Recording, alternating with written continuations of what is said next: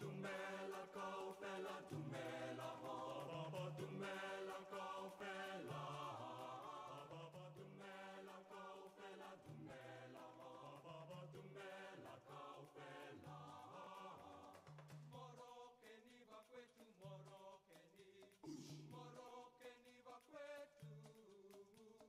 Morokeni vakwetu, morokeni. Morokeni vakwetu. Morokeni vakwetu, morokeni.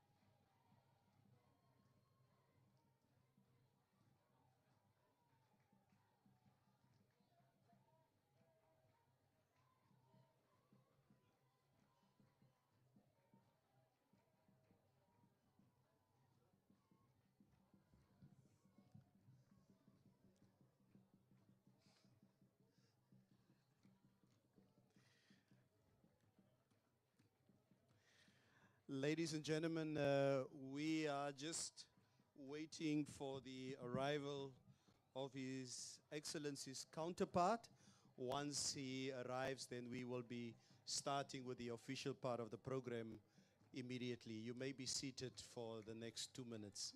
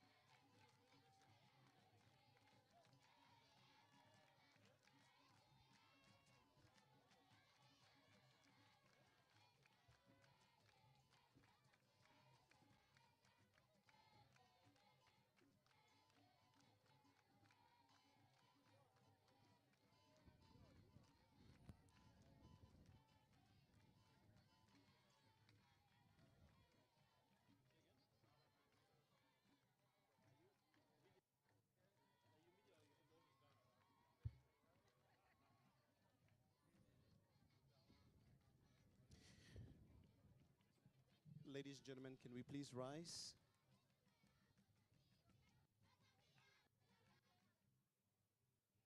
Let's give a round of applause for our high table.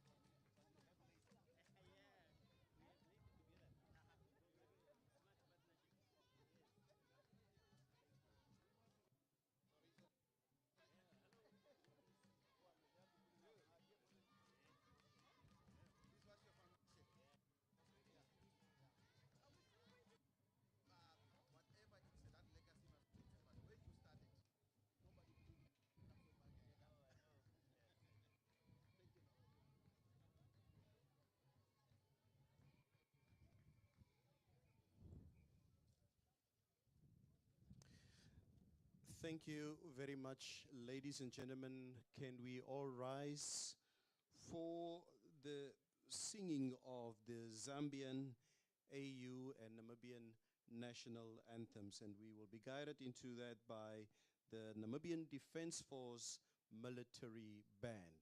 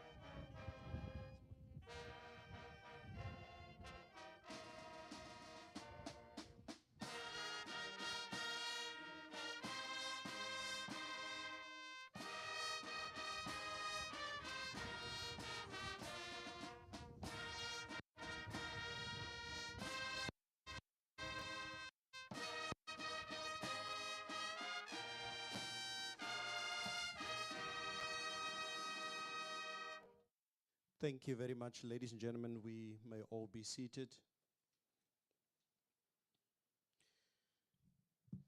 It is indeed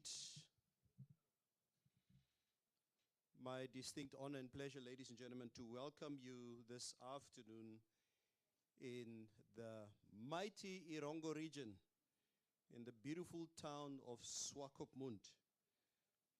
Thank you for joining us this afternoon, ladies and gentlemen, for the official opening ceremony of the Swakopmund International Trade Expo, also known as SWAITEX 2022. My name is Neville Besson, and I will be your host this afternoon. Ladies and gentlemen, we're not going to be keeping you for too long this afternoon. It is indeed a very well compacted program.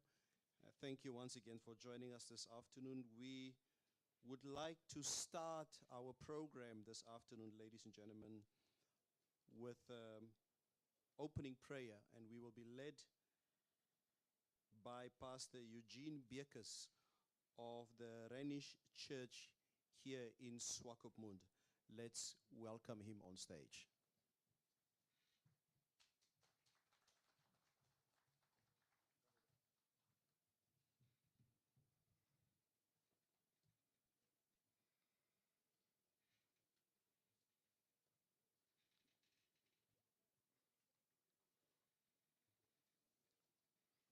Your Excellency, Dr.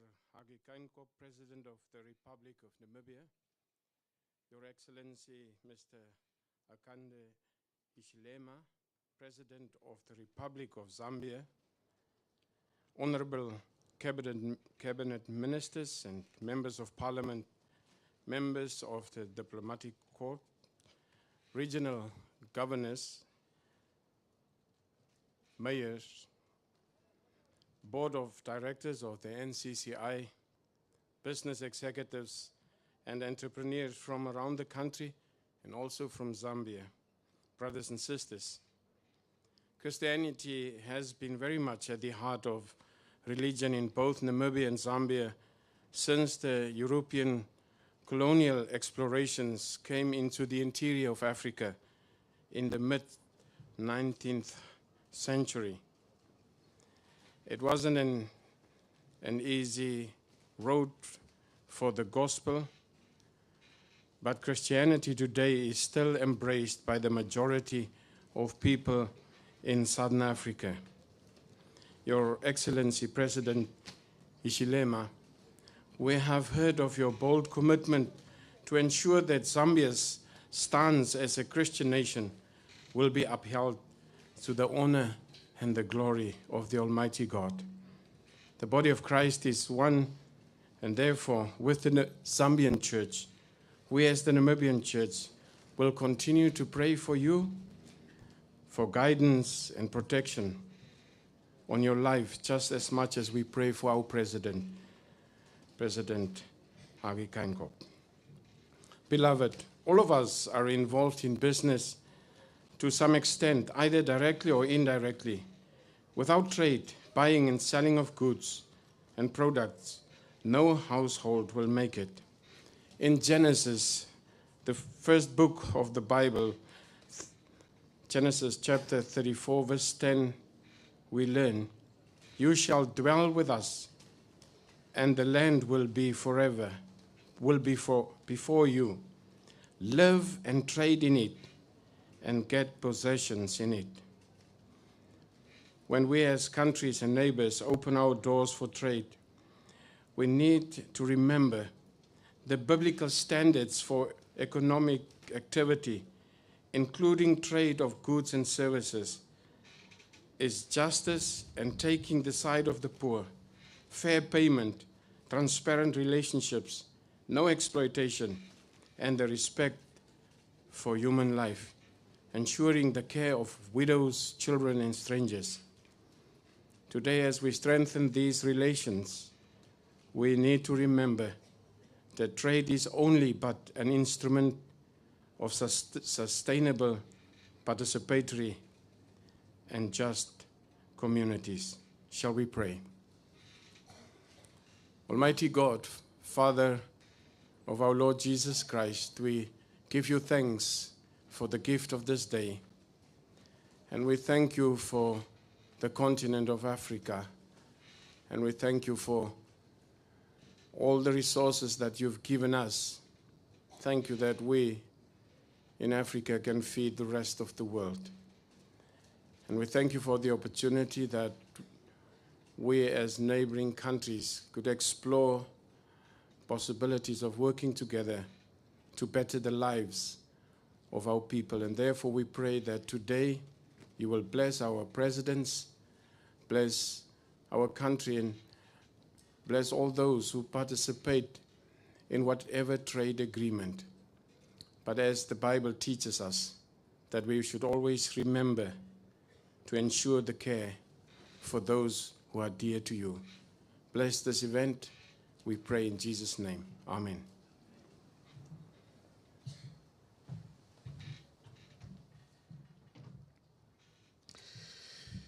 Pastor Eugene Bekers of the Rhenish Church here in Swakopmund, thank you very much for setting the tone this afternoon in leading us into some spiritual nourishment to bless all the activities of today and also to bless the activities for the rest of the week. Thank you very much. Ladies and gentlemen, I would like to take this opportunity now to welcome the gatekeeper, the highest authority here in the mighty Irongo region, to come on stage now to give us the official welcoming. Honorable Neville Andre Itope, Governor of the Irongo region. Let's welcome him on stage.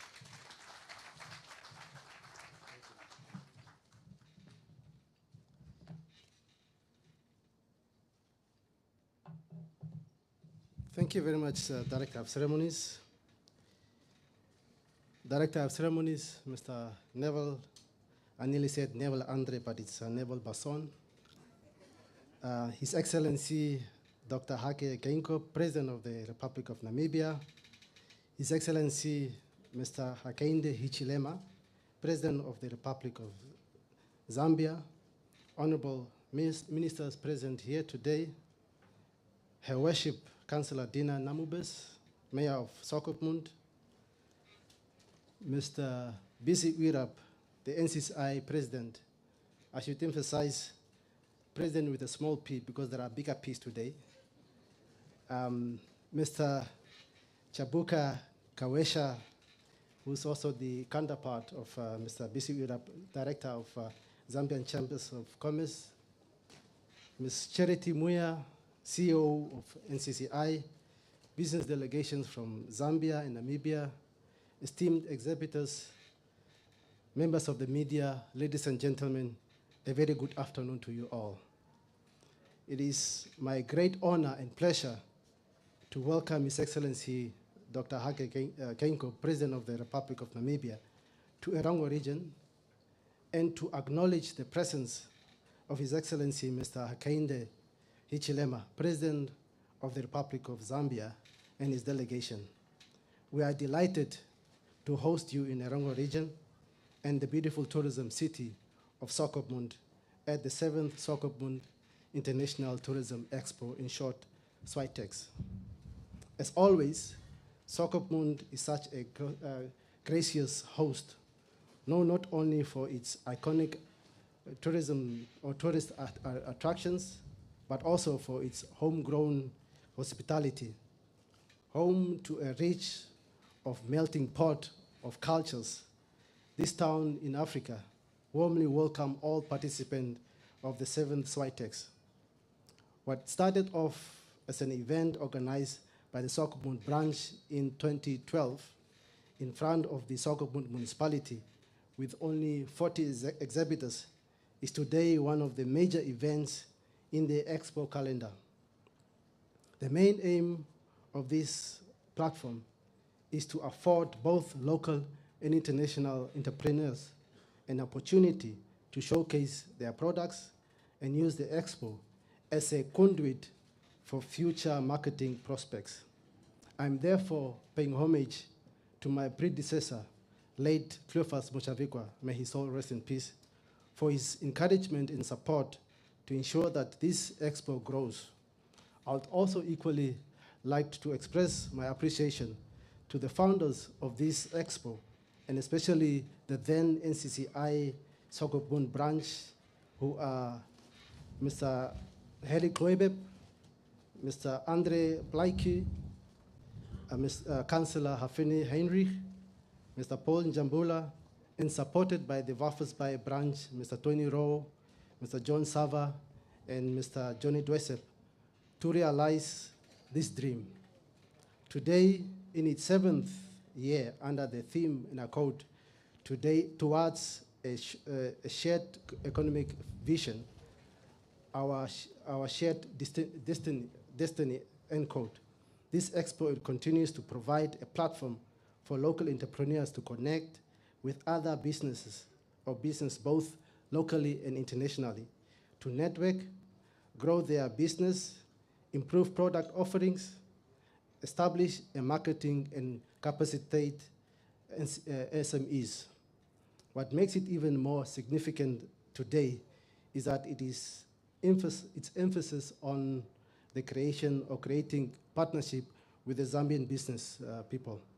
Director of Ceremonies, Expos creates opportunities for local entrepreneurs and needs to be encouraged. However, smart partnerships are needed to make it more sustainable. The local entrepreneurs, therefore, must own this expo for it to have long-term sustainability. Having said this, Your Excellencies, Honorable Ministers, exhibitors, and other invited guests, I warmly welcome you to the 7th NCCI Annual Swakopmund International Trade Expo, and to urge exhibitors to network, build their capacities through various seminars, and create lasting networks. And I thank you.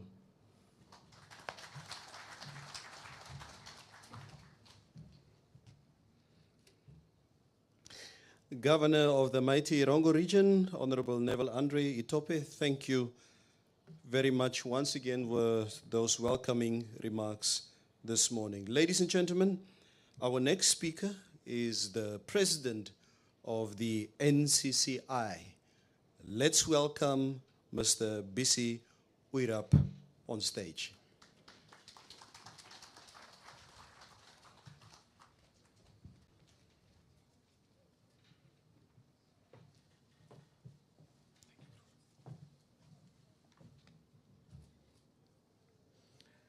Thank you, Directors of Ceremony, for giving me the opportunity to say a few words on this auspicious occasion. Your Excellency, Dr. Hage Geingob, President of our beautiful Republic of Namibia, Your Excellency, President Hakainde Hichilema, President of our neighboring Zambia, our second home as Namibians, Honorable Ministers present, my brother, the Governor of this mighty region, my counterpart, the President of the Chamber of Zambia. Allow me to stand on the protocols that have been established earlier on. We are indeed grateful and honored by the presence of our heads of state of the sister republics of Namibia and Zambia today at the Swakopmund International Trade Expo. The strong historical ties between our two nations stretch back to the years when we were fighting for emancipation from minority rule, and Zambia selflessly hosted and provided for our political leaders and freedom fighters. As business, we are therefore greatly encouraged by the progress being made by our two countries to develop and cement our economic ties, which we have seen grow from strength to strength over the years. We continue to develop methods to enhance trade between our two countries and the facilitation of trade with the outside world as a collective. Notably, it is in the spirit of advancing the development of our two economies and providing a gateway for Zambia's trade with the outside world that a long-term lease of prime land at the port of Walvis Bay was awarded to the government of Zambia around 2012. The Republic of Zambia was the first country to develop a dry port facility at the port of Walvis Bay following the award of the leases, and this has played a key role in driving the growth of cargo flows through the port of Walvis Bay. The Walvis Bay Ndola Lubumbashi Development Corridor, linking the port of Walvis Bay through the Republic of Zambia into Katanga region in the DRC, was established by a presidential directive of the three heads of state as far back as 1997. As in many regional transport and development corridors, this partnership is rooted in the values of deeper regional and continental integration through trade, soft and hard infrastructure, regulatory governance, and global corridor best practices. The corridor has developed over the years, providing an important conduit for the supply of raw materials and equipment to the mining and agricultural industries in Zambia and the DRC, and equally importantly, continues to be the gateway for mineral ores and other produce from the region to international markets. So immense and positive has been the growth of the cargo volumes through the above-mentioned corridor over the years that today, an average of over 50,000 tons of cargo distance to and from Zambia are handled through this corridor and through the port of Walvis Bay. Namibia acknowledges the importance of the business from Zambia and the region and has therefore focused a great level of attention on preparing the infrastructure to support our mutual trade, including the new container terminal at the port of Walvis Bay, the fuel offloading facility also at the port of Walvis Bay, our road infrastructure development, which has been upgraded to some of the best in the region, albeit now becoming overwhelmed in certain sections by the growth in traffic volumes and the ongoing upgrade of the first section of the rail linking the port of Walvis Bay into the country and the hinterland. We are also encouraging partnerships between the private sector and the public sector so that we can harness capital and hasten the process of development of infrastructure, such as warehouses for handling increased volume of commodities, such as copper and other mineral ores, sulfur, fertilizer, maize, and other agrochemicals. However, Your Excellencies, much work remains to be done, specifically on cross-border activities, such as upgrading our Katima Mulilo border post, streamlining our cross-border processes, finalizing the single window initiative for cross-border trade, harmonizing road tariffs, and removing non-tariff barriers. The proper movement of people involved in the logistic industry also needs attention, since customs and immigration processing at our border posts is tedious and sometimes time-consuming. To this end, we in the NCCI propose that our two governments kindly consider the introduction of much more efficient and structured border clearance systems at our borders between our two countries to reduce the crossing times, and by so doing, ease the process of doing business between our two nations. A major impediment to the full realization of the trade potential between our two countries and the cost-effective utilization of the port of Walvis Bay and the Zambian market has been the absence of rail link between Grootfontein into Zambia via our Katima Mulilo town. We are therefore pleased that the Namibian authorities have taken note of this void and that the studies for the extension of our rail infrastructure from Grootfontein to Katima Mulilo have been carried out and point to a potentially feasible project. This will be complemented by the already ongoing refurbishment of our airport at Katima Mulilo Airport, Katima Mulilo, which will cater for the additional volumes expected along this route. The recently announced Memorandum of Understanding regarding the oil and gas pipeline between Walfish Bay and Lusaka is an example of the great collaboration and cooperation between the government and the private sector, and we applaud this initiative. The Africa Free Trade Area was operationalized in January 2020, and Africa must now make meaningful strides toward realizing intra-continental trade, amplifying the benefit which we can all stand to accrue by trading amongst ourselves and gradually limiting the flow of much-needed financial reserves to the outside world. There is no longer any basis for using third-party countries to move goods between our respective countries on the continent, and we must now trade directly with each other. Your Excellency, as I close my brief statement, I can only reiterate our deep appreciation for you taking time to grace this occasion, and that it remains our considered goal to formulate stronger ties between our respective Chamber of Commerce so that we develop a mutual approach to enhancing trade between our two countries and cement the drive toward regional interaction. In this regard, my counterpart and I have been discussing earlier today and have in principle agreed that we need to formulate a memorandum of understanding through which we shall identify specific areas of collaboration between us as the chambers, as the business people of the two respective countries, and indeed working closely with our two governments. And I thank you.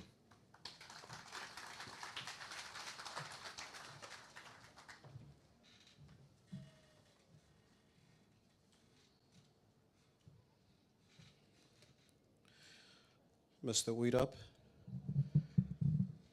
Uirap, I think you dropped a very important business card here. You might be looking for it.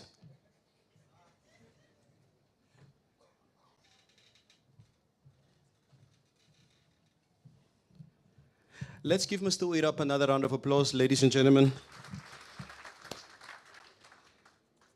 Bisi, you've been at the helm of a lot of success in Namibia with various corporations. And it's just suited that you are the president of the NCCI. And we know with the NCCI, you at the helm of the NCCI, we can only expect success upon success from here hence going forward. I would just like to say to His Excellency, Mr. Hichilema, Mr. Uirap is also the head of the turnaround strategy of Namibian football. So the final that we played against Chipolopolo a few months ago, we must replay it again so we can just set the record straight, Your Excellency.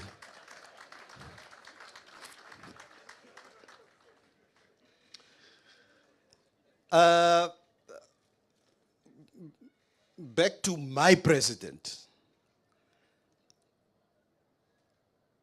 Your Excellency, we've been together for the last 25 years, and at every event that we are together, as a 51-year-old man, my blood pressure is around 130/85. That's my normal blood pressure.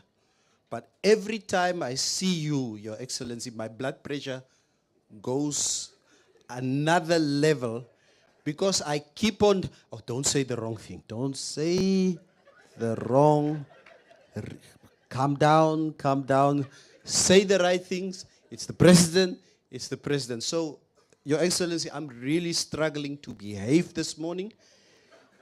We have to keep things very professional between the two of us today.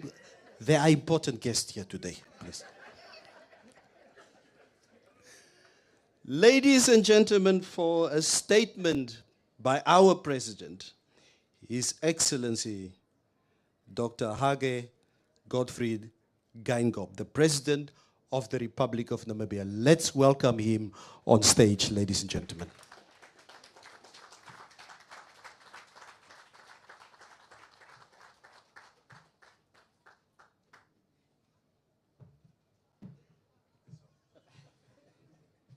you may be seated, please. Thank you very much.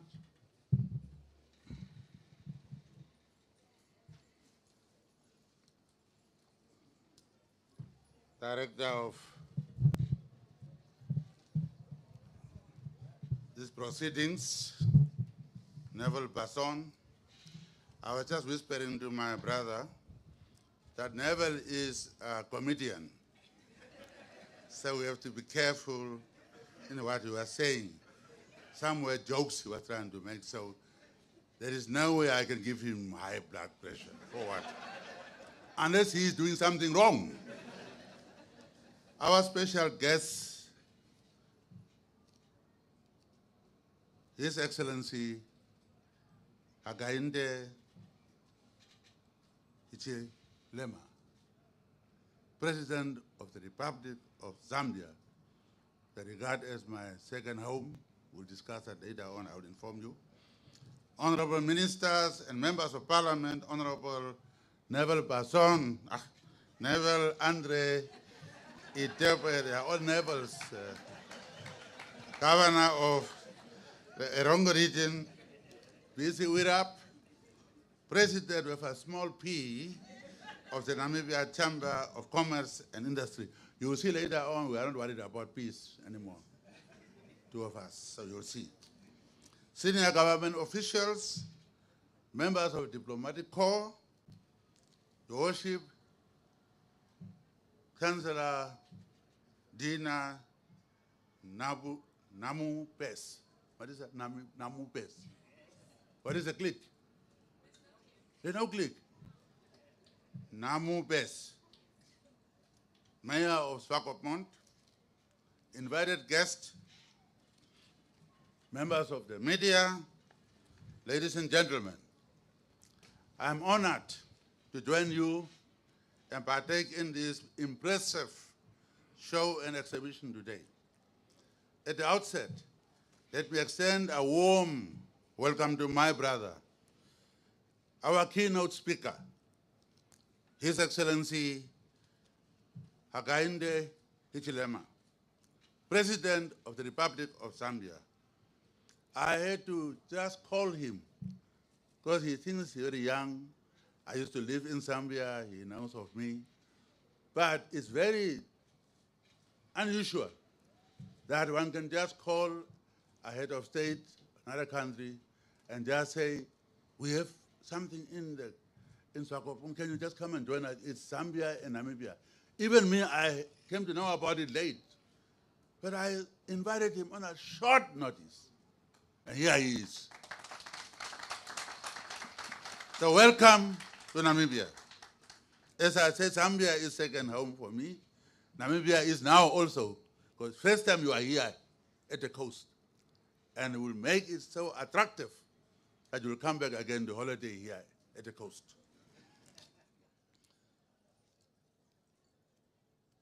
This is not the first, it's the first visit he is making as a head of state.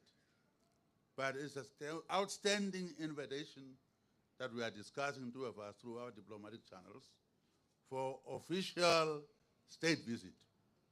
So when you see him again very soon, don't say, why is he always coming here? No, this time I impose on him. At a social and economic level, Namibia and Zambia have transformed tremendously over the past several decades.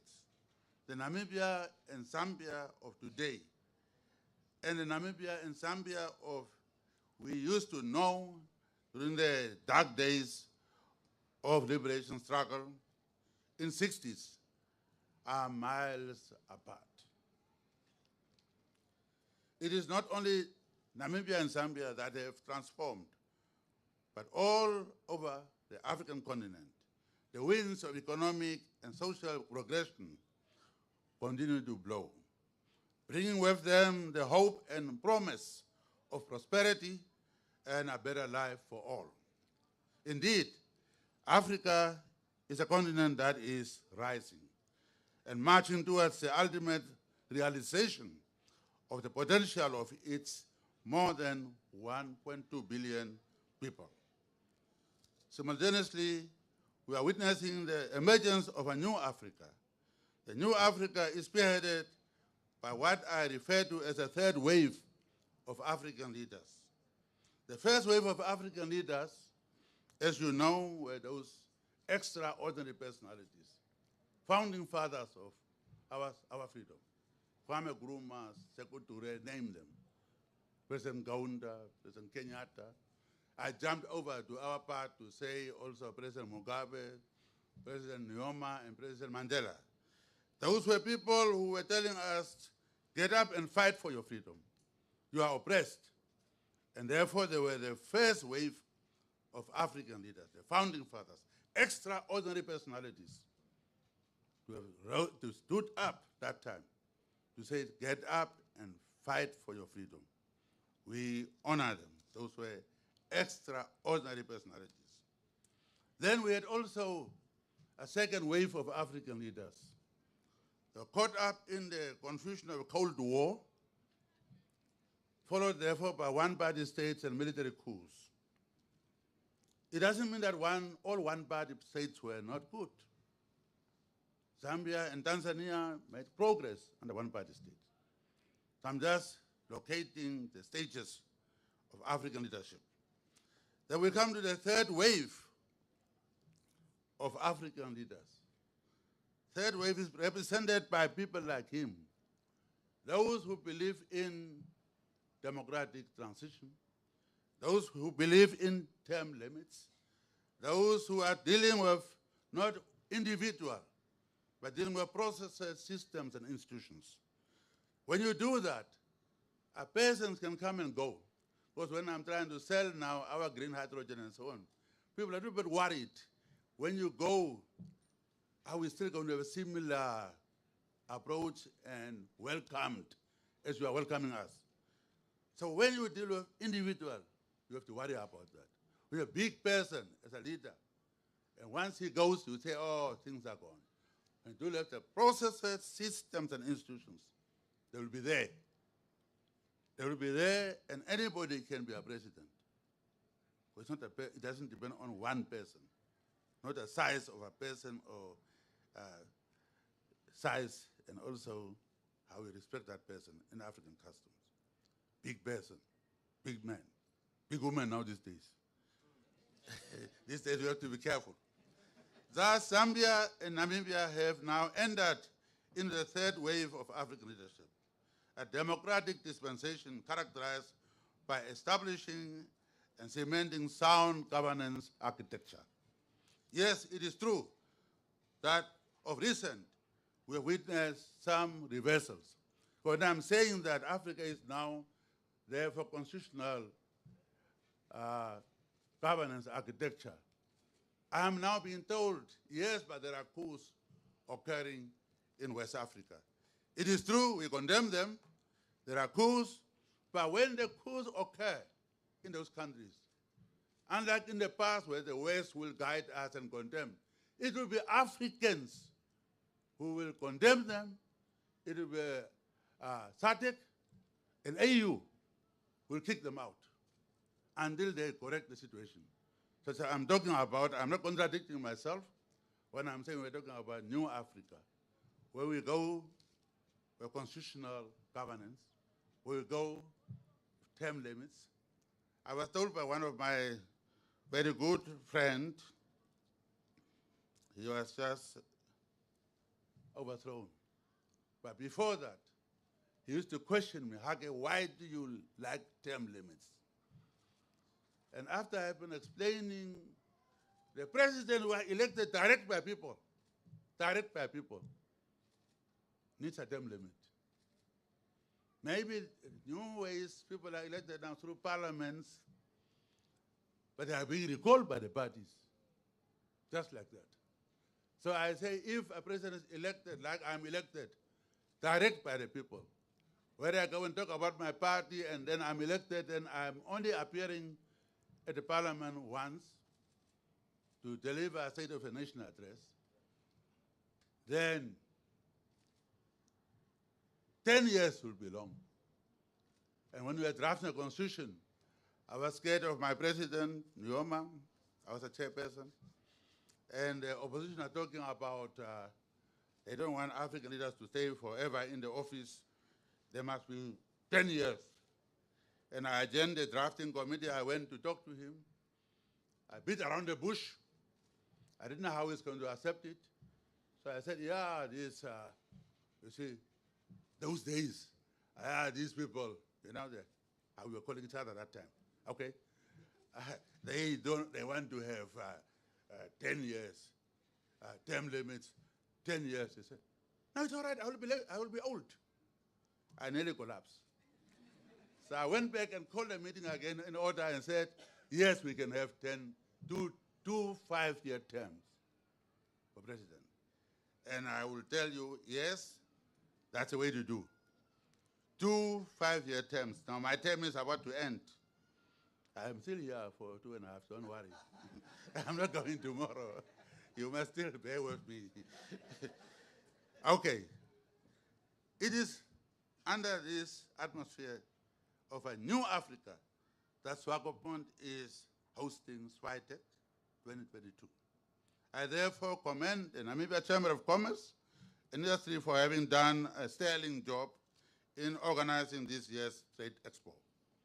This event plays a significant role in promoting cooperation and economic integration, and I believe that together, Zambia and Namibia can use this platform to advance bilateral relations, more specifically trade and investment, into a new era of exchange and hence, cooperation.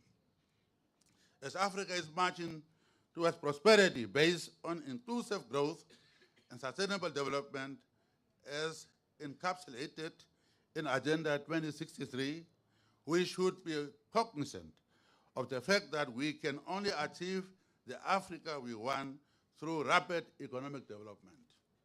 Thus, industrial development should be at the core of our region's development integration agenda, as it holds the key to the diversification of our economies. Industrialization will enable us to expand our productive capacity, which in turn will help us make more efficient use of our natural resources, so that we are able to create more employment opportunities for our people. In turn, as our economies become more sustainable, inclusive and growth-oriented, this will enable us to effectively tackle scourge of poverty and hunger, and also unemployment.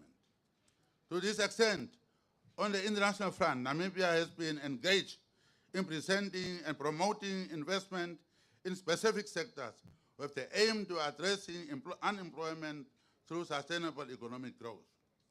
Some of these important areas include green hydrogen. Oil has been discovered in Namibia. It's not just a dream now. I am now officially telling you that I was told by those people that they discovered oil. I cannot claim that tomorrow you are going to come and say, you said so.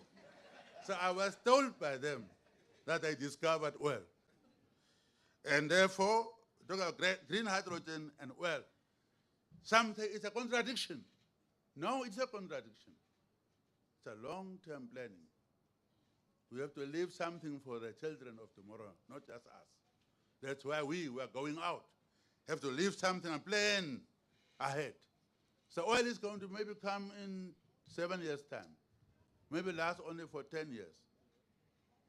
But the other one is a transformational approach dealing with the green hydrogen and climate change issues. While political leaders provide the direction, vision, and inspiration needed to bring about economic transformation and growth, ultimately, it is our entrepreneurs, promoters, and private investors who play an instrumental role in enabling us to achieve our developmental aspirations. Therefore, it is pleasing to notice company representation from across the wide spectrum of different economic sectors at SWAITEX. Small and medium enterprises, in particular, should be active in the economy of our respective countries. The SME sector has a huge potential to create wealth, employment, opportunities, and contribute to social and economic development of our people. In this regard, I would like to see more regional, continental, and international participation at shows like this one. Economic development cannot take place in a vacuum, and therefore we should use these platforms to foster a spirit of integration and cooperation.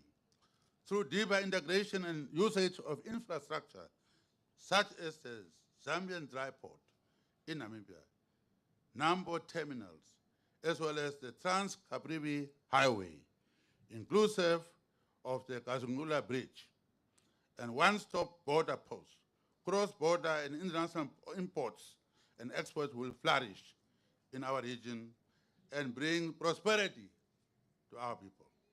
Therefore, Namibia remains committed to the process of regional integration with our SADC neighbors and view the development of our economic corridors as a gateway to SADC integration and economic development.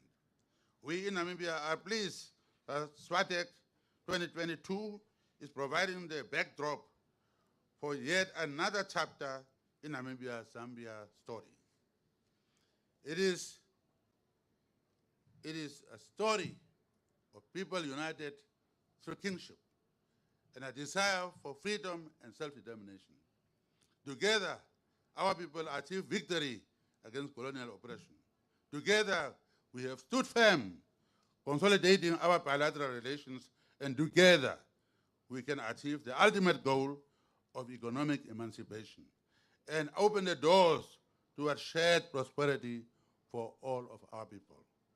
Once more, my brother, I welcome you to your second home. It's a pity that you are here for the first time, where you can see the desert and the sea meeting. He was very impressed by that.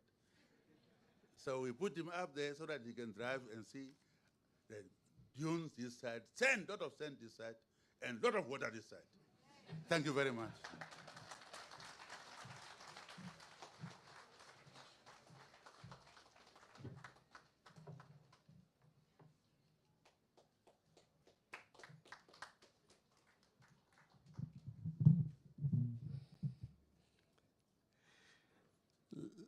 The President of the Republic of Namibia, Dr. Hage Geingob. Let's give our President another round of applause.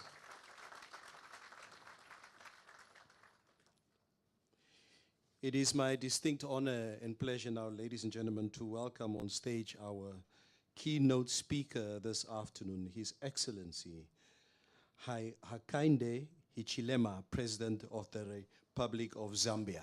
Let's welcome him on stage.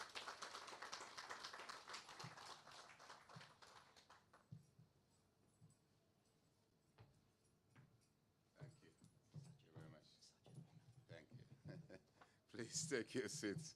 Thank you very much. You may take your seats, please. Thank you so much. Your Excellency, President Dr. Hage Geingob.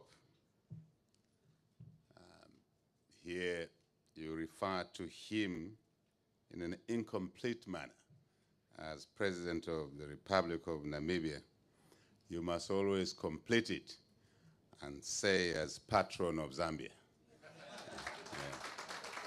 So he probably knows Zambia more than myself. He lived there, worked there, and at one point there were 4 presidents meeting in Kasane there on the Botswana side. And on the Zambian side, we call it Kazungula. So it was President Geingob, President Masisi of Botswana, President Mnangagwa of Zimbabwe, and this fellow speaking here from Zambia. So after our meeting official. Then we started chit-chatting. So we realized that we had a common denominator. Of the 4 presidents of these neighboring countries, 3 of us had a common heritage, and that was the University of Zambia. Very interesting. Because this president was there during the difficult times in Namibia, representing Namibia Institute at the University of Zambia. President Mnangagwa studied there before me, and then myself. So there was only one Jew in Jerusalem.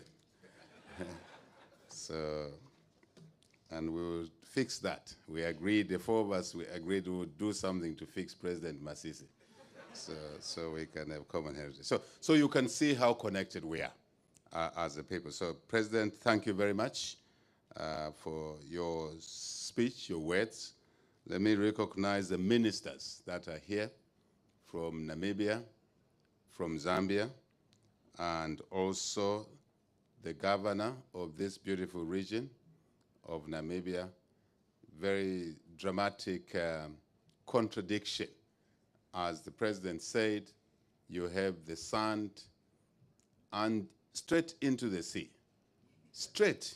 There's no little vegetation, even 1 meter, 2 meters. It's just straight. For us who come from vegetation all over, it's really a sight. Beautiful, beautiful place. And thank you for your message.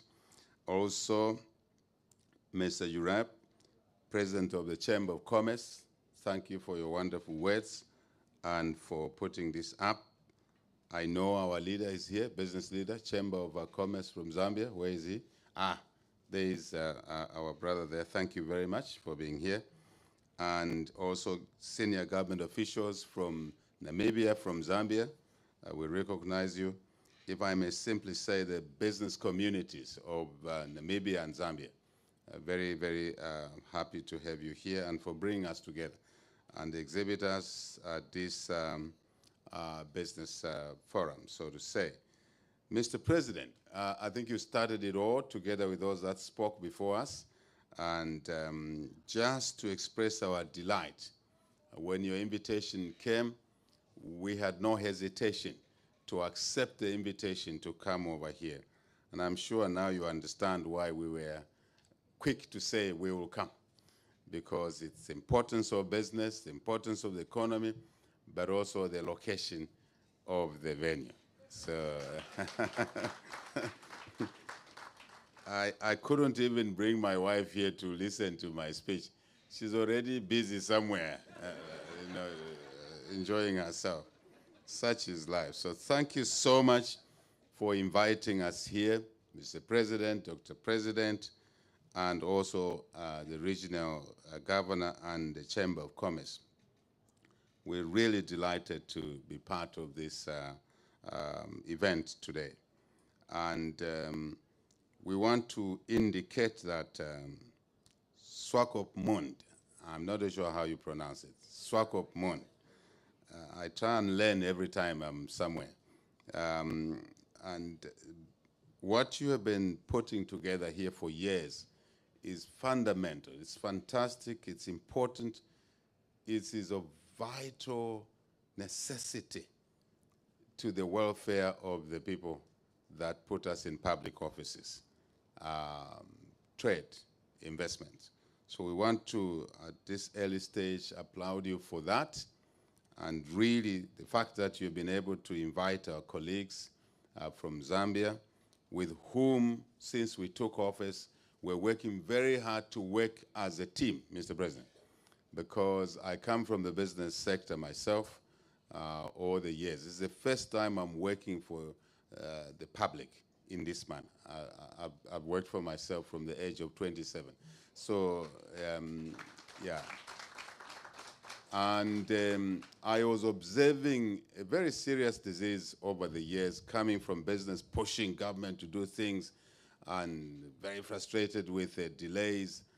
And I saw two groups that treated each other as separate, as competitors. And once we took office, we are determined to ensure that we have an unbreakable bondage between government and the business sector, because we are one. And our intent is really the same. So that's why we're very delighted here to be part of this 2022 Swakopmund International Trade Expo, SWAITEX. So thank you very much.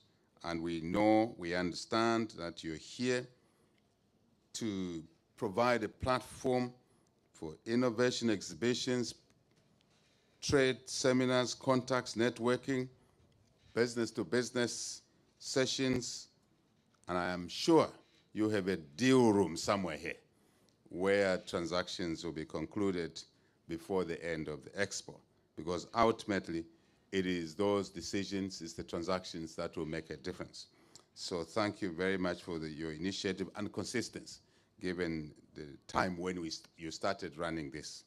So, and again, I want to emphasize that having my elder brother, president here, myself here, I think we are sending a clear signal that public sector, private sector working together is not an issue of, if you like, shortchanging each other or suspecting each other.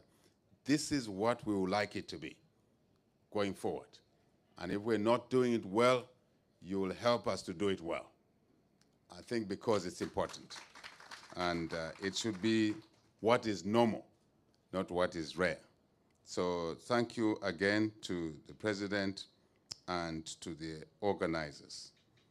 Let me indicate very briefly, Your Excellency, distinguished ladies and gentlemen, that at an occasion such as this, it's always important to recall, and the President has already done, the historical connections, where we are coming from, Zambia, Namibia, in this our SADC region, we share a lot. I already said 3 presidents out of 4 shared one common thread. And truly Namibians and Zambians are one. Not just through the struggle days, Mr. President, and what brought us together at the University of Zambia. You as a staffer, we used to look at him and say, it's a big buana there, because we were undergraduates ourselves. But more importantly, the decision God made to put us together. I was listening to the short prayer that was given here. God took a decision to put us together, next door to each other. Very important. But also, many may not be aware, because you have a population much smaller than us. But it's very interesting that in that small population, Mr. President, you have competitors looking for partners here in the name of Zambian men looking for wives, and they found wives here. One of my own nephews, Mr. President, is married to a beautiful woman from here. And so we share a lot. We share a lot. Business, alumni, investments, trade. And I'll talk about it. You crown it all by giving us a property here. Namibia gave us, Zambia, a port here in Walvis Bay. And what else would we ask for? What else would we ask for? A port that has made it easier for us to diversify our routes to the markets. Traditionally, we used to go through South Africa, then apartheid disrupted that route. And we had, through KK again, Mr. President, you mentioned very well visionary leaders that we walk the path they kept for us. KK and President Nyerere then did a deal. You know, those liked each other so much. As President Nyoma here, that group of leaders, and we got a port in Dar es Salaam. And that became our main port, and then the Portuguese disturbed us in Beira. Again, we had to ship. So this port here, Walvis Bay, is extremely important to the Zambian economy, to businesses, to all of us.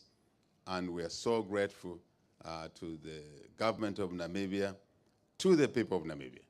I know that decision was only possible because the Namibian citizens so decided. If they didn't, they would have said no to the leaders of that time. So thank you so much to Namibians and the Namibian government.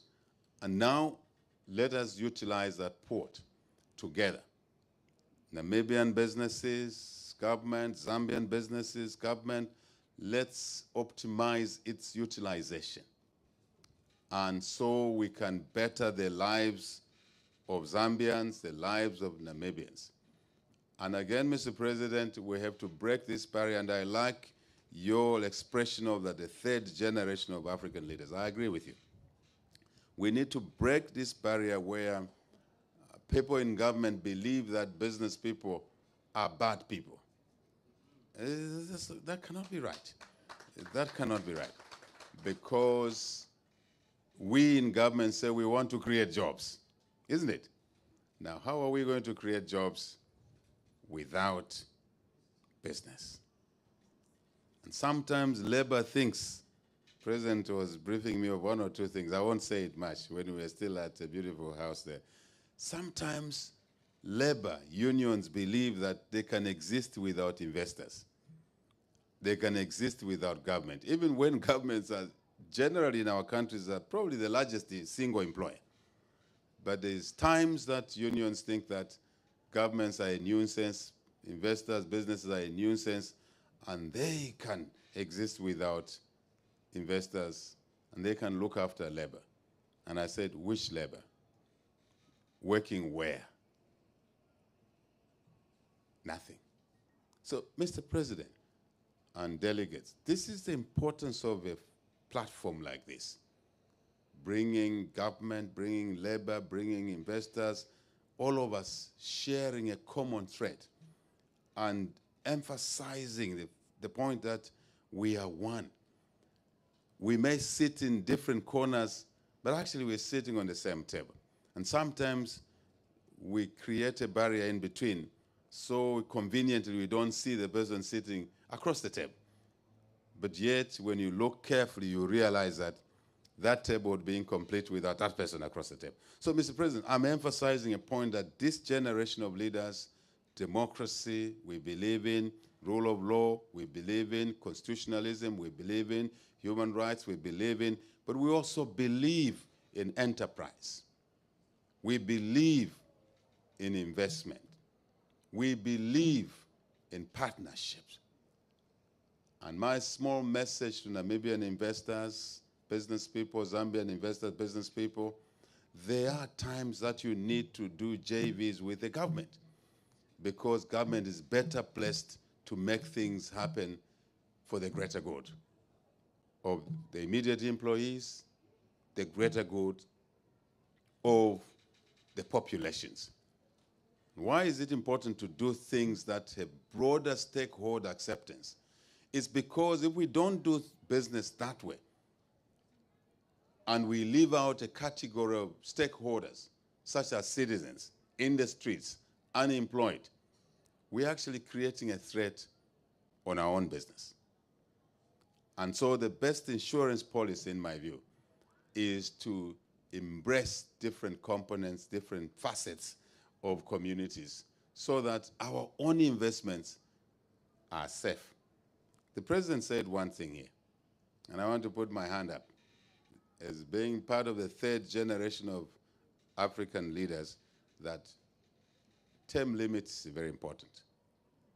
But in order not to have this African problem of start, stop, again start, and stop again, and usually if you draw a graph, this start, stop business is driven by change of leadership. Individuals that come into office, they believe in this thing, they believe in that thing.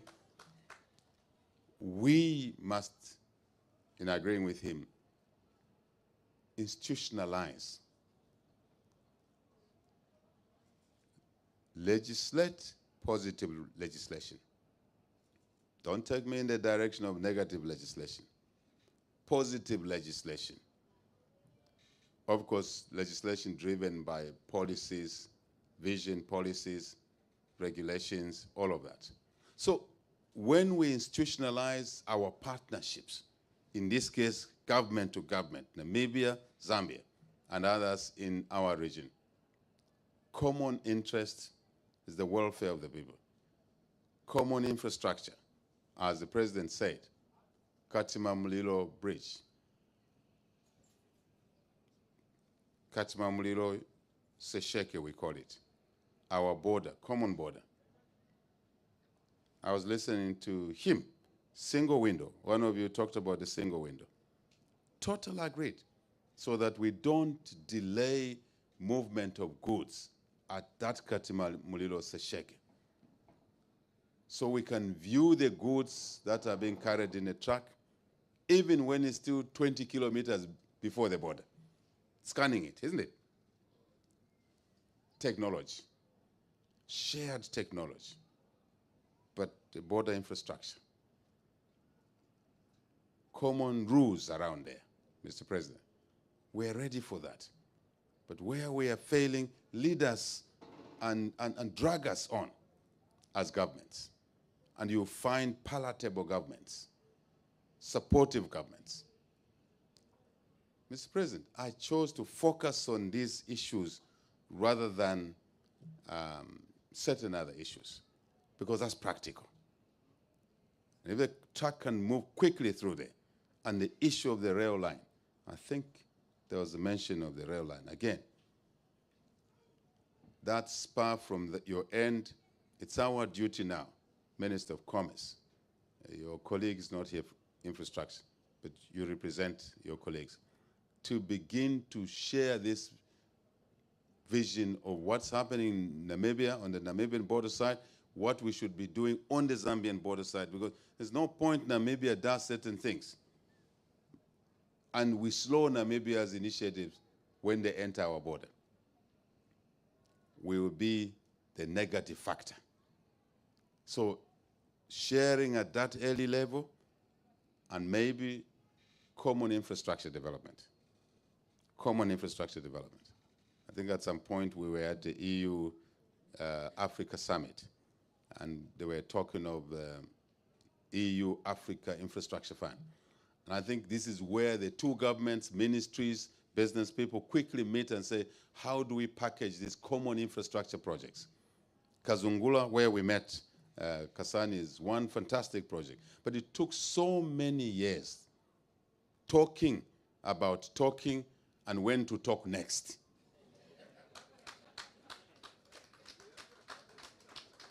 When you meet like this, the two of you seated next to each other, part of what you're doing is to network, to nudge us in government to say, hey, too slow here.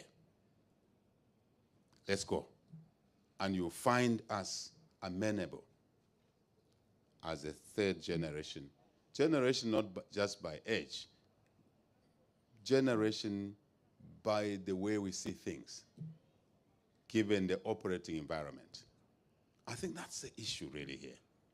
And how can it not be on the basis of working together and teamwork, partnership? How can we achieve these things? Just a few things that the president said, and I'm just adding on. I'm always careful when I'm with him. Very good. He hasn't paid attention. Yeah. So he doesn't catch me on the wrong side. So truly speaking, this is a great opportunity. I know our High Commissioner is here, Mr. President. Thank you for receiving him. So we must fire from all engines, all cylinders.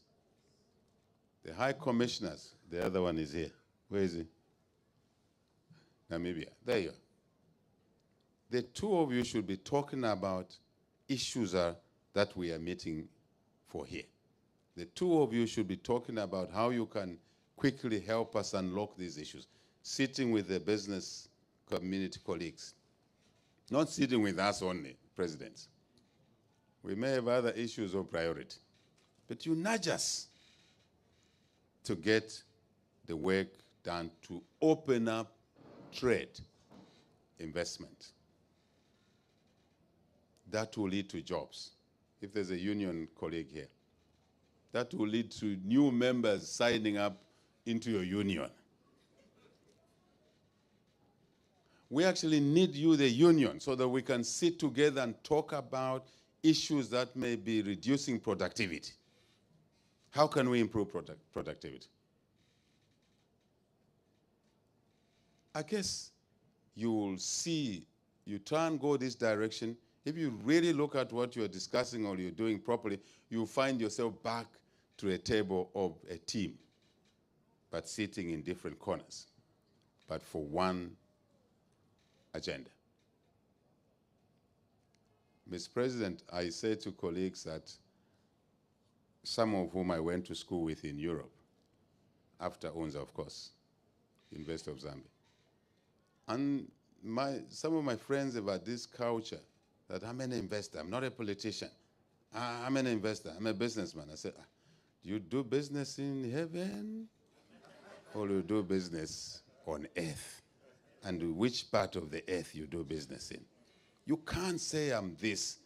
I don't have little time or I have no time for President HH or Servant HH, President Geingob.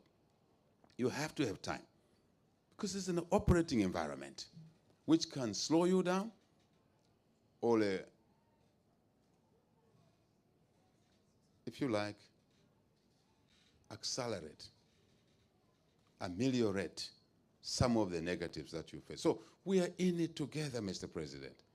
And here, if there's any message I want to send at this beautiful expo, in this Swakopmund, it is to say, let us work together.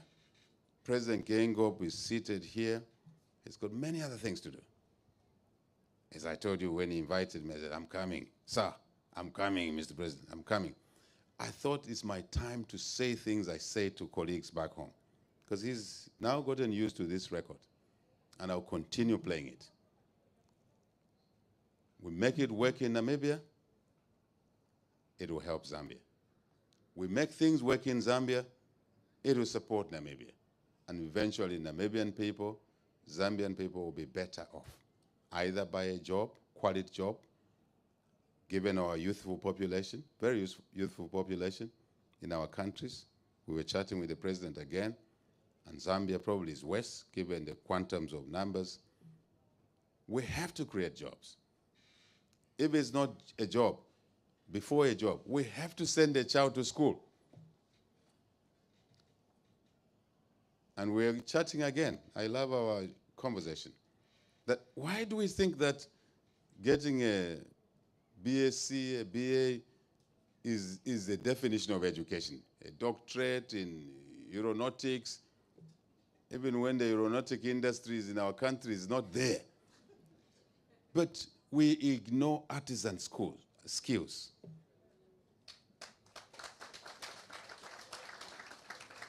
Mr. President, when I was younger, when I was an undergraduate at UNZA, we had a lot of plumbers in our country and carpenters. Now, in my days in business, I'm looking for a plumber. I can't get a quality plumber. So what happened? The skill disappeared. But yet it's the most basic and critical of the skills. Plumbing, welding, carpenter. So let's redefine. If there's an educational institution here at this expo, can we redefine our curricula? Can we look at it properly? Together with the industry.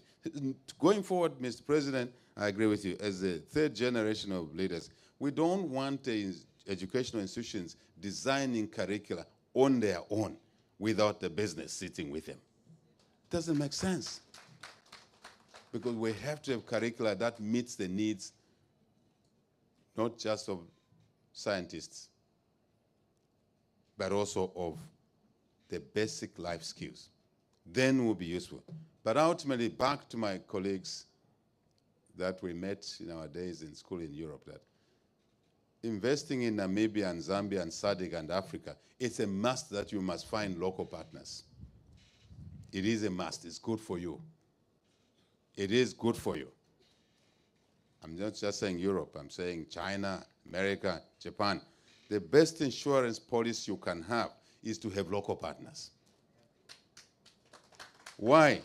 When the leadership of him comes to an end, President Geingob, who believes in what he's sitting here for, when our time ends, you will have entrenched your business in the local community, interwoven in a way that any one weird leader who comes in future and starts talking of expropriation, you don't have to answer first.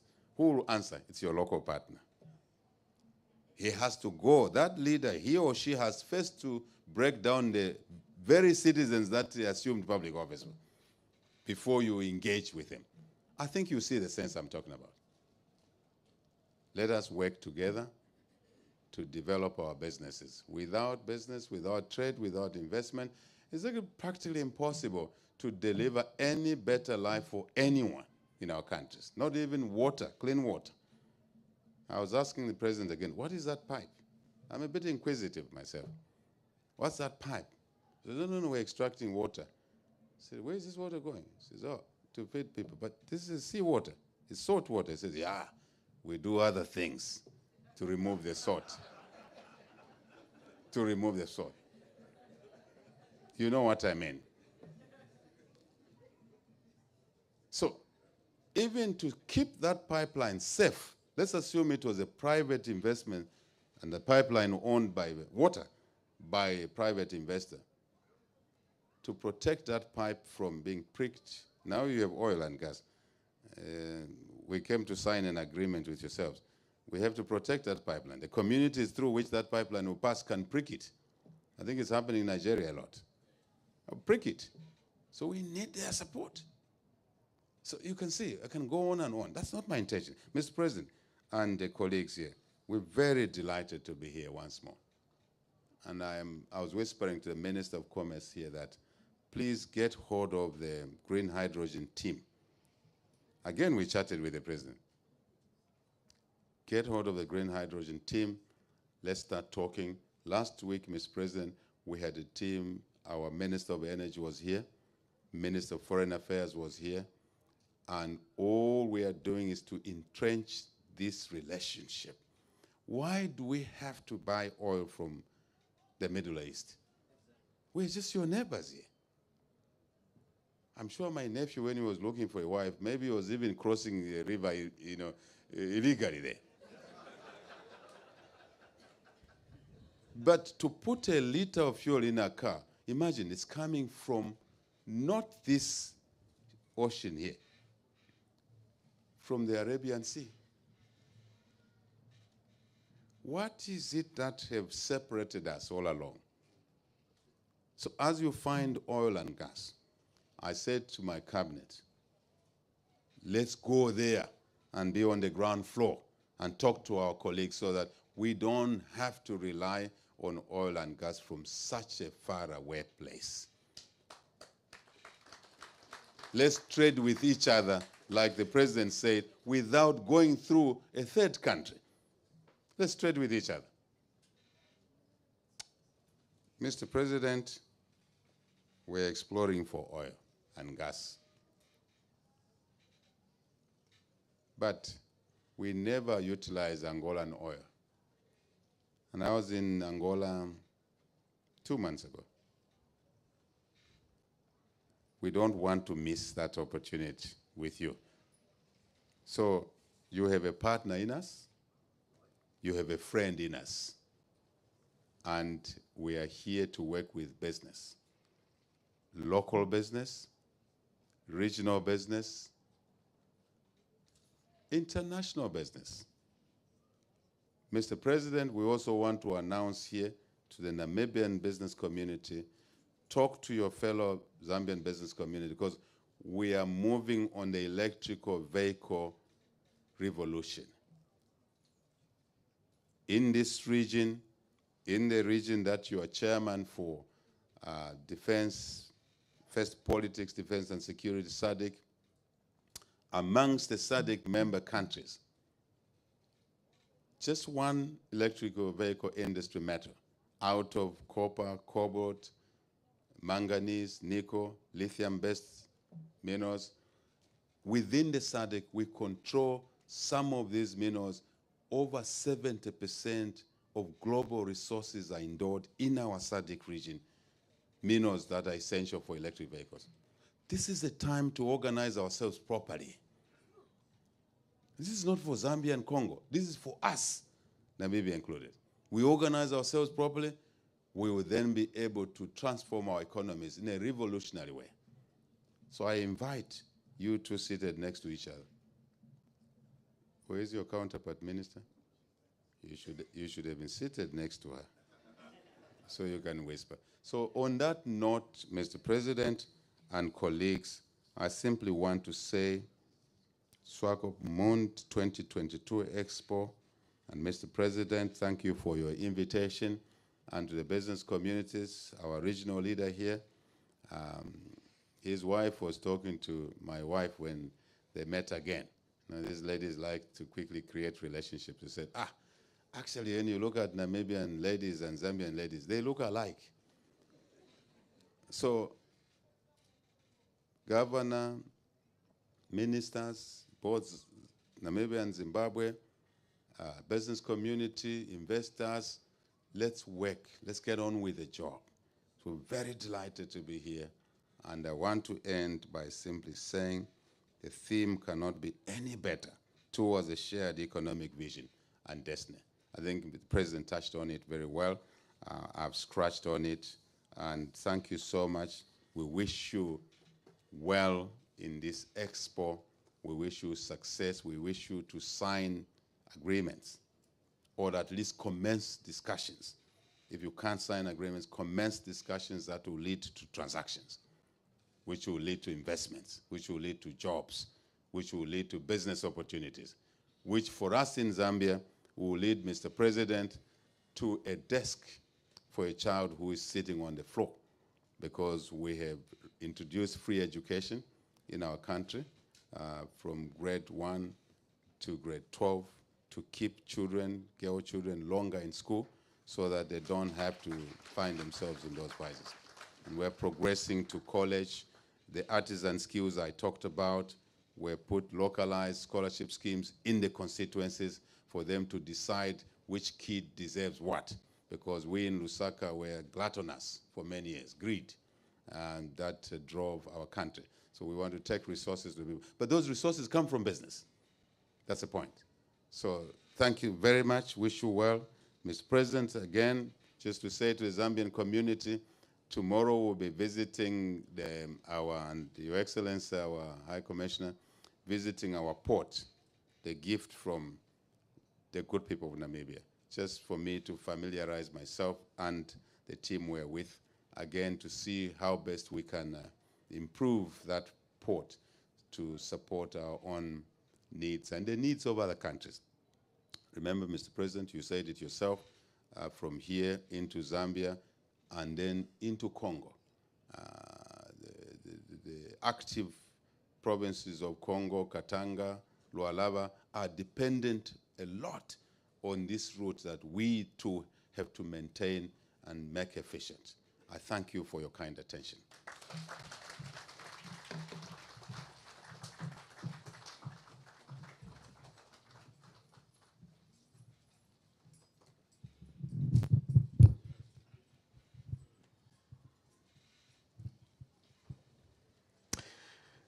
Thank you very much once again. His Excellency Hakainde Hichilema, President of the Republic of Zambia.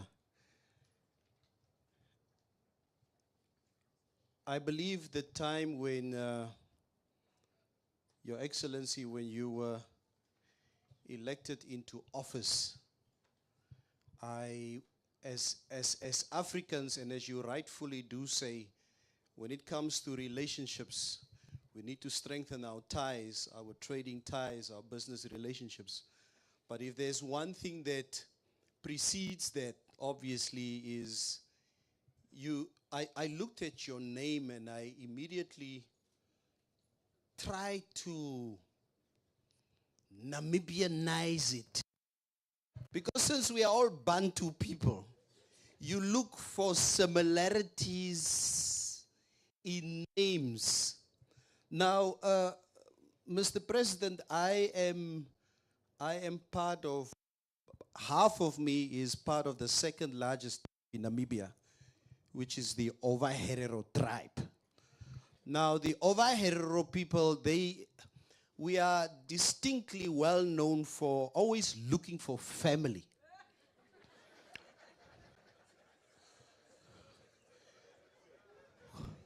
We'll find family where there's no family ties. So when I looked at your name, Hakainde, I immediately heroized your name. And you must be careful because you will be with certain Namibian government officials here who happen to be from that tribe, especially that guy here in the corner. That is our Director of National Planning, Obed Kanjothe. He's like 95 unleaded hero. Can't get more hero than that. He will find a way to get next to you, to try and convince you you are actually a hero. Say, boy, Mr. President, you must understand. Your name, Hakainde, in my language, Kainde means to go. That is what Kainde means. But ha, is it true? Even in ha, Herero, Opombwe.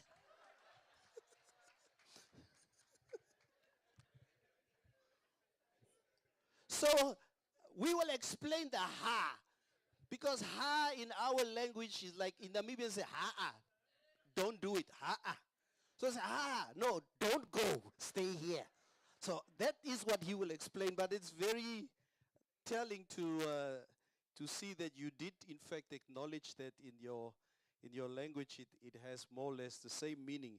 But I understood also that your name means it's abbreviation for his ability, kindness, and intelligence never decline. That is what his name actually is derived from. Wow. I just wanted to say back to our president.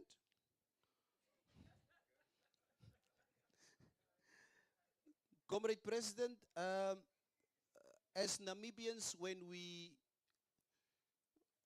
the news hit us that potential oil deposit has been discovered in Namibia, woo! We were like, yeah.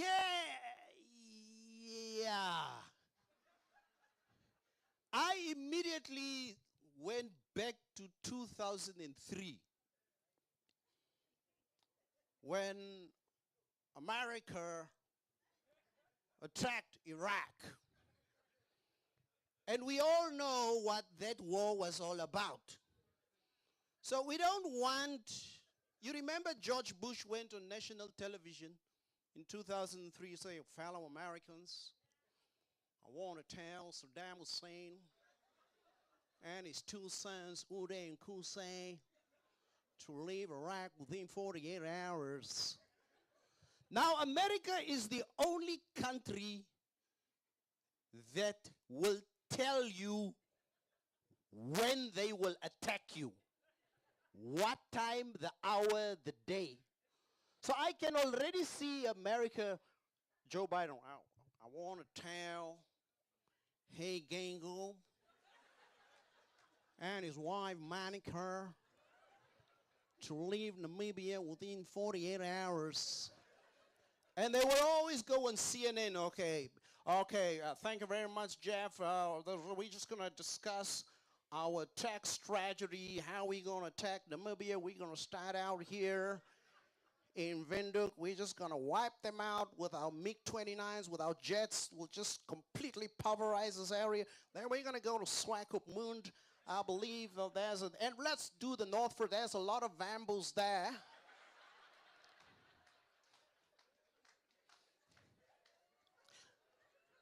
Now, Mr. President, I don't know how it works in Zambia, but black people here, when we become nervous, we can't become nervous in English.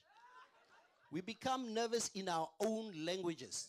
Our president is Damara. I think the president, it's a Kuelo. Mati. It's a Monica. Come chat here. The first person the president would call will obviously be the founding father. Founding father.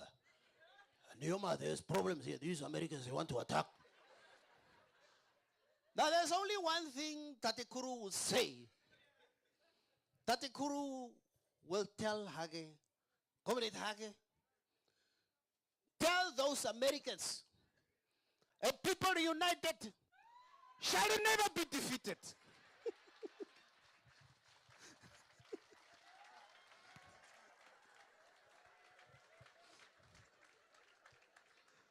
Thank you very much, ladies and gentlemen.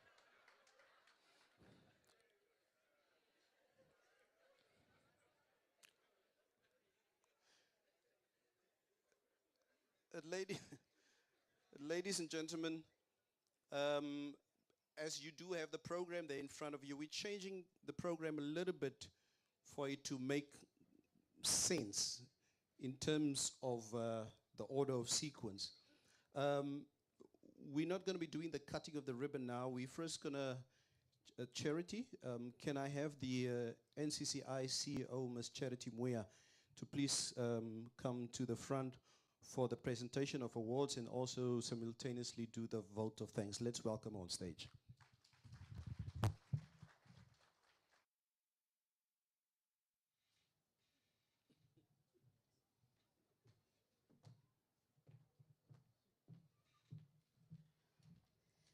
Thank you, Neville. Thank you, Your Excellencies. I think I would just need to teach Namibians how to pronounce your name, Your Excellency. It's His Excellency, Hakainde Hichilema. I'm a child of Zambia as well. I grew up there. I went to Njasa Girls. I started school at Nansanzo Primary. I went to Monze Primary. I stayed in Monze. And, well, our father here, it's he understands. We were groomed by him. So when you hear him saying a lot about the individual, that when you are a leader, you do not center around the individual, it's the vision. Because the individuals come and go. And Your Excellency, I've always followed your statements, and that's why every time I need to get your attention, I quote your statements. So I have a confession to make. I convinced my president, with a small p, that please invite our president to SWAITEX. The president is in New York. I said, that's the better time that he is there. Please whisper to him, but Charity, the time. So just go ahead. And we pushed, and I was calling Pakote. Pakote, have you spoken to the president? Charity, wait, he will respond when he comes back. Okay, you're not telling me this. I'm going to text him very soon. Charity, behave. And then the message came. But I think what I want to appreciate is that, Your Excellency, you were also invited at short notice, and you accepted our invitation. And we really appreciate that so much. We were in the past 2 years of distress. And when some of the shows that we went to, and we had to see what the SMEs actually were telling us, there was a lot of disillusionment in saying that, look, we're just coming out of the pandemic, but it's even very difficult for us to afford paying stores, yet we want to actually, be able to actually go there and expose our goods and services. So as the chamber, what we decided was that, look, it's not really so much about the money that we want from them, but let's play our role as trade facilitators. And we're going to go to the corporates and tell them, give us money as much as possible, whatever you want, so that we can have our SMEs really come and exhibit here, at least at minimum or at least for free. You have a great heart for the SME sector, Your Excellencies. I hear your speeches when you speak. Now, quite often they'll say you like to do events in fancy use where only the corporates can go and whatever. And we deliberately said we're going to have SWAITEX at the stadium. We're going to have our presidents come so that you understand our presidents are humble and they're people person. They have the hearts of people at heart. So if there's anybody here that came with the intention of thinking that why did you put up a tent like this for the presidents, whatever, is to actually give a message to you that leadership is about humility. Leadership is about the hearts of people. And our presidents have shown that they can come anywhere where the businesses are and provide that support. And in your message, Your Excellency, you have told us that the private sector must lead the recovery process of our economies. And that's exactly what the chamber is actually trying to do. It's not just about a venue. It's not about who is actually doing it. And you still indicated, Your Excellency, that leadership is about institutions, processes, and those institutions have got governance. And those governance structures must be understood. You worry too much often that when your generation goes, will you have a generation of leaders that would definitely make sure that they take this economy on the vision that you have set yourselves as our leaders? When you see us around here, the things that we do, the things that we say, can you be confident enough and say, we are really living a generation that will take these nations forward? Or are you looking at a generation that feels that you're worried? Maybe the term limit is not just okay. Probably we stay on and make sure that we are able to mentor them well. Are we doing that? We're not doing that. What you want is to make sure that, yes, you've paved the way. Somebody must continue. And the continuation means us as young people need to emulate that vision and the wisdom that you are setting for us. Leadership is not about the individual. And when you are a leader, you bring people together. You do not take sides and divide people. You bring people together. And you've demonstrated that, Your Excellencies. I see that. You've taken up leadership at the most difficult time when the economy is actually not doing well. And for leaders, like Joseph, I'm sure you know, it's very difficult for people to understand your vision. Only when they come in that vision and speak that vision will they work with you. We experience that even in our leadership ourselves, because people don't sometimes understand why would you actually call the two presidents to come when you were actually in a short period of time. You don't understand the vision. Just watch the space. Because what we want to do is to create an environment that is enabling for our young generation. And you've spoken a lot about the artisans, Your Excellency, and we're going to demonstrate that for you when we go outside. What you see outside there is not anything that was imported anywhere.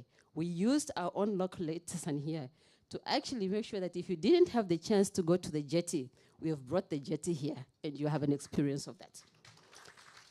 So in thanking you, Your Excellencies, I want to, my apologies. You know, throughout this process, I was trying a lot of protocol from Ambassador Ipumbu, and Your Excellency, I can tell you that I'm ready to be an ambassador. Ambassador Ipumbu, can I please, with your permission, where is he, so that I see if he's giving me the signals. With your permission, I would like to request His Excellency, Mr. Hakainde Hichilema, to come to the podium and receive the Appreciation Award.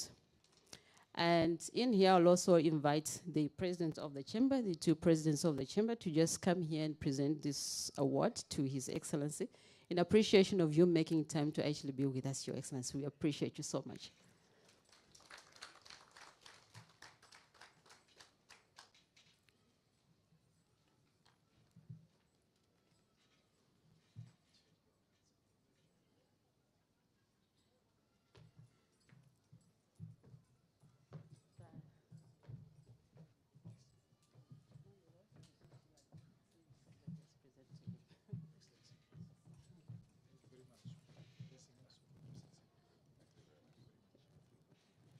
What did she do?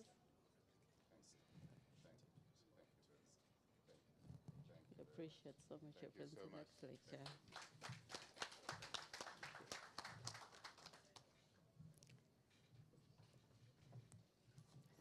All right, please don't go, Mr. Busy, and whatever, just stay on. I would like now to call also on our father, our daddy, His Excellency Dr. Hage Geingob. We put you under pressure. I want to appreciate you so much as well for making this happen.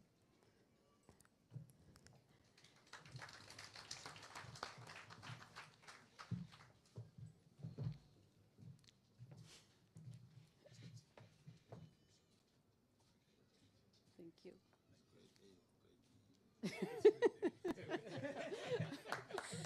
Thank you so much. All right, I think you may take your seats.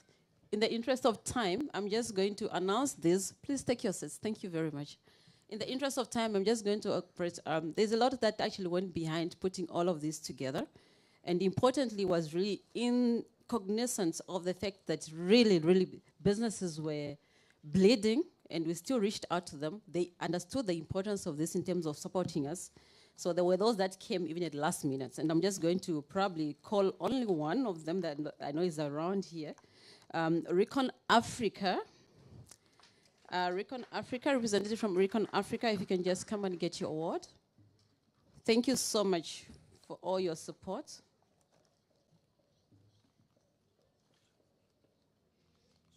What have I done?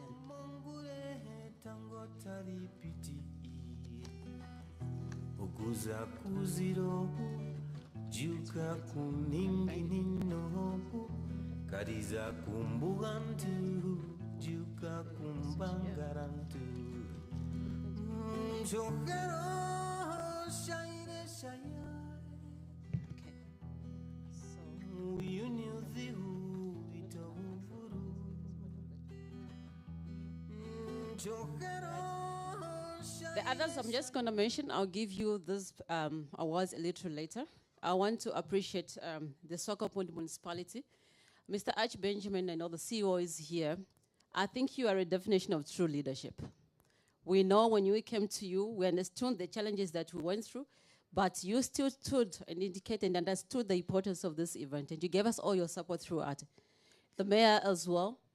Short notice, we informed you as well. You managed to organize quite a lot of things that honestly we could not have done by ourselves. So we really appreciate you. But I want to thank somebody very important in here. Just, I think maybe 3 or 4 weeks ago, there was a launching of the UNDP chapter. And I met this man for the first time, and I was just introduced to him. And I said to him, well, I'm looking for you because I've got this. He said, no, come to my office on Monday. Don't make an appointment. As long as you are there, I'm going to see you. And I thought, well, maybe he's just thinking. And Monday, definitely it happened. I met him, and discussions, they've really been behind us. I've never seen such humility. Your Excellency, Mr. Stephen Katuka, the High Commissioner of the Republic of Zambia to Namibia. We appreciate you so much. You and your team at the office, you did quite a lot of work behind. Deb Marine, NAMDEP Foundation, the group. Apart from that, they even gave us a resource. I'm sure you've seen the lady with the yellow dress here. Hello, Helena Mutsengu, if you're actually here. If it wasn't for you, I don't know how I would have managed this. Thank you so much for your support. We really appreciate. And of course, we've got a lot of volunteers that actually came on board just to do all this work. They are not asking for money. They said, let's just go in and really give it our all. But then we were challenged. I said, how are we going to feed all these volunteers? And Namib Meals came in. There's plenty of food for them. Nobody is starving. A lot of food for them even to take home. So Namib Meals, thank you so much. We want to thank all of our sponsors again. Nampower, Coca-Cola, I'm sure you see all of them here. Irongo Red, they provide us with free electricity here. Nedbank, Namco, Dinapama. I think you will see Dinapama there. Actually, some of their manufacturers did into textile. They also manufactured our t-shirts that you see here. Vivo Energy, Space Dimension, that was actually involved in all the activation and all the marketing. Consumer News, The Brief, and Windhoek Observer. But of course, thanking all the people, especially the excos of various corporates that are here. The councillors, I saw Councillor Hafeni is actually here. all the support that you've given to us. We really, really appreciate you. The executives, I see people that came all the way from Tsumeb, like the CEO of Ndandi Precious Metals is also here. The Chamber of Mines, you came here. And I see Swakop Uranium as well. It's one of the bigger investments actually in the regions. We appreciate you so much. Everyone that is actually here, we really, really appreciate you. And now, Your Excellency, again, I want to re-emphasize into your message of unity.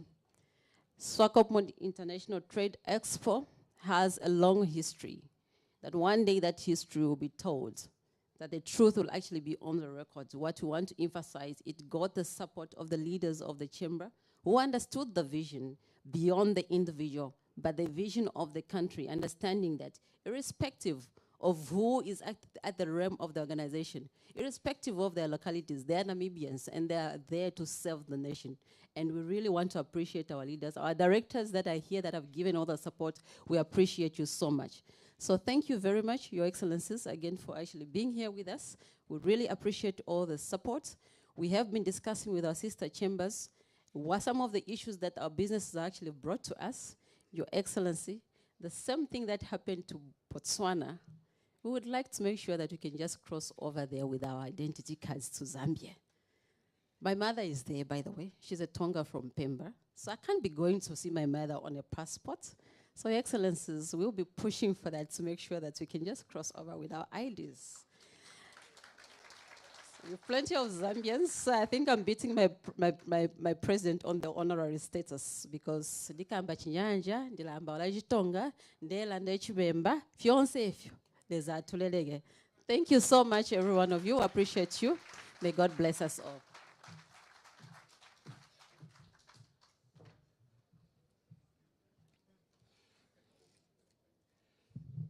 That was the CEO of the NCCI, Ms. Charity Muya, with a vote of thanks in the handover, the presentation of the awards.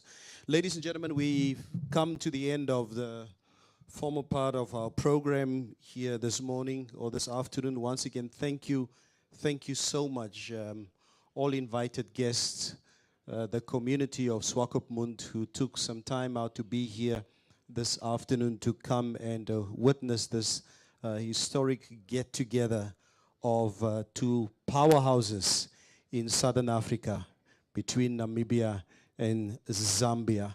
Give yourself a big round of applause. Thank you very much.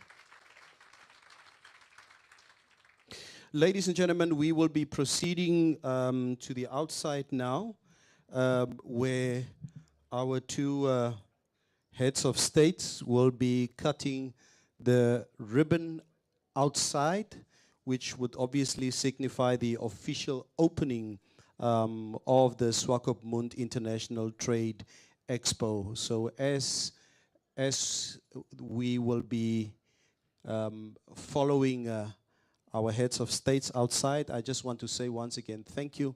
Thank you for taking out the time to join us here this afternoon. The cutting of the ribbon and the official opening will then be followed by a luncheon strictly by invitation at the Dome here in Swakopmund.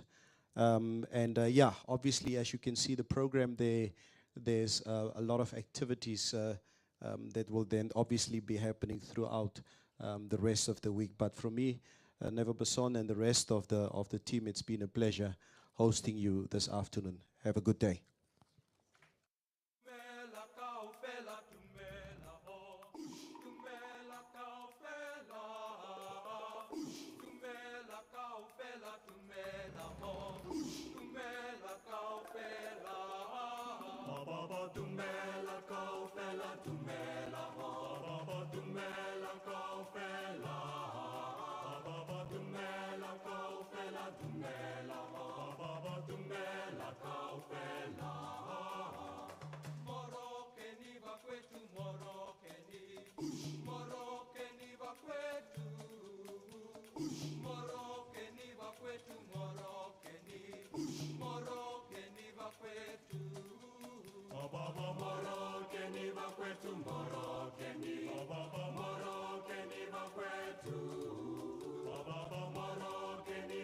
Tomorrow.